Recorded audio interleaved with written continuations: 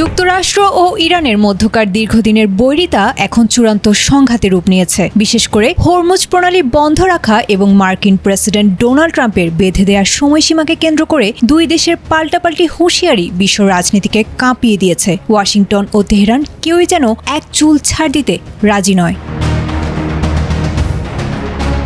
ঘটনার সূত্রপাত মার্কিন প্রেসিডেন্ট ডোনাল্ড ট্রাম্পের একটি কড়া হুঁশিয়ারি থেকে। তিনি ইরানকে স্পষ্ট জানিয়ে দিয়েছেন, মঙ্গলবার রাত ৮টার মধ্যে হরমুজ প্রণালী পুনরায় খুলে দিতে হবে। এর আগে কয়েকবার সময়সীমা বাড়লেও ট্রাম্প এবার স্পষ্ট জানিয়েছেন এটাই চূড়ান্ত সময় এবং এরপর আর কোনো ছাড় দেয়া হবে না। এমনকি ইরান সংঘাত থামানোর যে প্রস্তাব দিয়েছিল তাকেও যথেষ্ট নয় বলে প্রত্যাখ্যান করেছেন তিনি। ট্রাম্পের দাবি, এই সময়ের মধ্যে প্রণালী না খুললে মার্কিন সামরিক অভিযান আরও জোরদার করা হবে।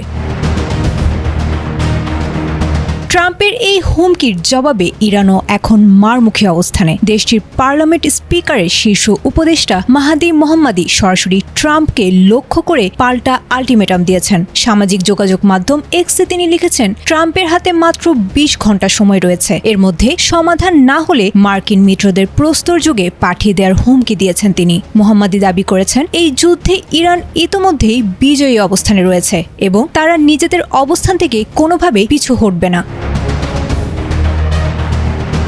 ইরানের পক্ষ থেকে আরও জানানো হয়েছে, তারা এমন কোনো সমাধান মেনে নেবে না যা তাদের জাতীয় স্বার্থকে খর্ব করে, বরং তারা এই অঞ্চলে নিজেদের প্রভাব বজায় রেখে একটি নতুন নিরাপত্তা কাঠামো গড়তে চায়।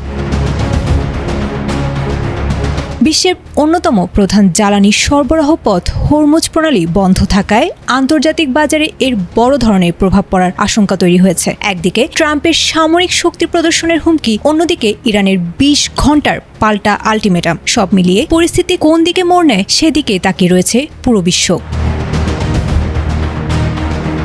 আয়েশা আক্তার, এটিএন বাংলা।